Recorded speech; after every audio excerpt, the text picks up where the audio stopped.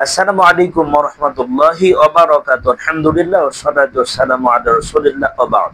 দিনী ভাই এবং বোনেরা, সম্মানিত দর্শক, আমরা জানি আমাদের উপরে ছায়া বিস্তার করেছে, আমাদের উপরে চলমান মাস হচ্ছে মহিমান্বিত মুহররম মাস, যেটা স্পেসিক্যালি রাসূল সাল্লাল্লাহু আলাইহি ওয়াসাল্লাম আল্লাহর মাস বলে হাদিসে উল্লেখ করেছেন। এই মাসের সম্মানটা অনেক বেশি। এই মাসটা একটা সম্মানিত মাসের মাঝে অন্যতম একটা মাস।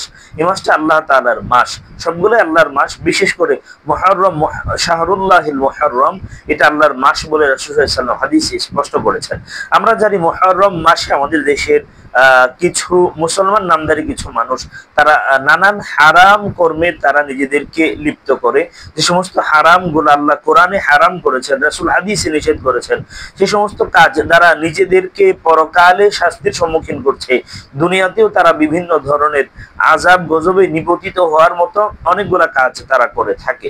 আজকে আমরা জানবো মুহররম মাসকে ঘিরে যে সমস্ত হারাম কাজ করা হয় এবং যেগুলা থেকে নিজেদেরকে বাঁচিয়ে রাখা খুবই গুরুত্বপূর্ণ বিষয়। সে কাজগুলোর ব্যাপারে ইনশাআল্লাহ আমরা তথ্য জানবো এবং এগুলা থেকে আমরা নিজেদেরকে বাঁচিয়ে রাখার চেষ্টা করবো ইনশাআল্লাহ। প্রথমত, মুহররম মাসের বর্জনীয় আমল, যেগুলা করা যাবে না, যেগুলা করলে ঈমান এবং আমল নষ্ট হয়ে যাওয়ার সম্ভাবনা সমূহ, এবং এগুলা কাবীরা গুনাহ, হারাম, এবং পরকালে এর জন্য জাহান্নামে যাওয়া লাগবে। এক নাম্বার হচ্ছে, আমরা মুহররম মাসটাকে সুখের মাস হিসাবে আমরা উদযাপন করব না।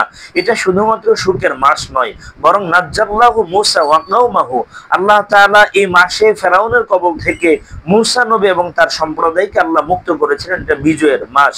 ওয়া গররাকনা ফিরআউনা ওয়া আহলাহু, আল্লাহ ফেরাউন এবং তার দলবলকে আল্লাহ তাআলা সমুদ্রে আল্লাহ তাআলা ডুবিয়ে চুবিয়ে আল্লাহ মেরেছেন।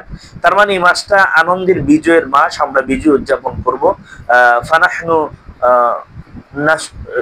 মুসা শুকরান, মুসা আলাইহিস সালাম শুকরাতান, মুসা আলাইহিস সালাম শুকরাতান, শুকরিয়া স্বরূপ এদিনে সিয়াম পালন করেছিলেন, আশুরা দিবসে।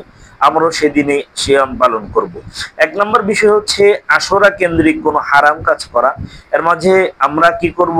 আমরা এটাকে শুধুমাত্র সুখের মাস হিসাবে নেব না, এটা বিজয়েরও মাস, গুরুত্বপূর্ণ বিষয়। দুই নম্বর ব্যাপার হচ্ছে তাজিয়া মিছিল, এটা কখনো আমরা করব না। এটা করা থেকে আমরা নিজেদেরকে বাঁচিয়ে রাখবো। তাজিয়া মিছিল বের করা এটা নিষেধ।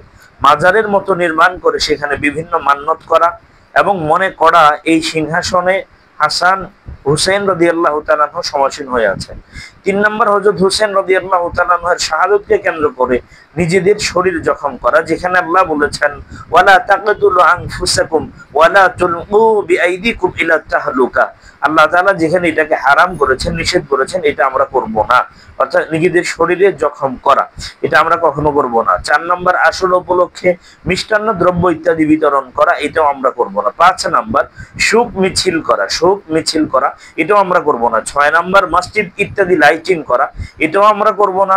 সাত নম্বর, পিপাসার্তদের পানি পান করানো, এটাও আমরা করব না। আট নম্বর, ইরসালে সাওয়াবের জন্য কিছু পাক করা, এটাও আমরা করব না। অনেক মানুষ থেকে চাল উঠিয়ে, বিভিন্ন কিছু উঠিয়ে তাবারকের ব্যবস্থা করা, ইরসালে সাওয়াবের উদ্দেশ্যে কিছু আয়োজন করা। এরপরে নয় নম্বরে, বাচ্চাদের খালি পায়ে রাস্তায় হাঁটানো, এটা আমরা করব না। নিজেদের শরীর ক্ষত বিক্ষত করা, রক্তাক্ত করা, চাবুক মারা, ব্লেড মারা, নিজেদেরকে ক্ষত বিক্ষত করে রক্তাক্ত করে মাটিতে একবারে ফেলে রাখে, এ ধরনের কোনো নৃশংস বর্বরোচিত জাহিলি কায়দায় কোনো কাজ আমরা করব না। এগুলা মানুষের ঈমান আমলকে বিনষ্ট করে দেয়। আল্লাহ তাআলা আমাদেরকে বুঝে আমল করার তৌফিক দিন এবং মুহররমের আশুরা কেন্দ্রিক যাবতীয় হারাম থেকে আল্লাহ